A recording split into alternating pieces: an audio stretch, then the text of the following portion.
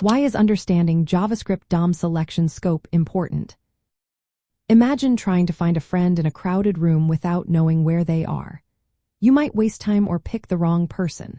The same idea applies when working with web pages and selecting elements. When you understand how the scope of your element selections works, you can find and change the right parts of a web page more easily. The document object model, or DOM, is like a big family tree of all the parts on a web page. Selecting elements means telling JavaScript exactly which parts you want to work with. If you don't understand the scope, you might accidentally change something outside your intended area. For example, if you want to change buttons inside a specific form, but your code targets all buttons on the page, it could cause problems.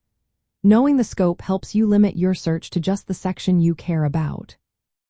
This makes your code faster because the browser doesn't have to look through the entire page.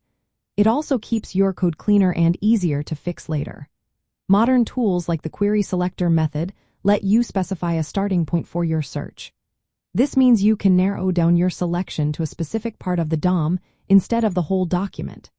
When you understand how to set the right scope, you can avoid bugs caused by selecting the wrong elements. It also helps you build more complex interactions, like updating only certain parts of a web page when a user clicks a button. For example, if you want to update a list inside a specific section, you can limit your selection to that section only. This way, your code won't accidentally change other lists elsewhere on the page. Knowing the scope also helps when working with CSS and JavaScript together. CSS has features like the @scope rule that let you define boundaries for styles and selections. Combining this with JavaScript makes your web pages more organized and easier to manage. In short, understanding how selection scope works in JavaScript is key to writing efficient, reliable, and easy-to-maintain code.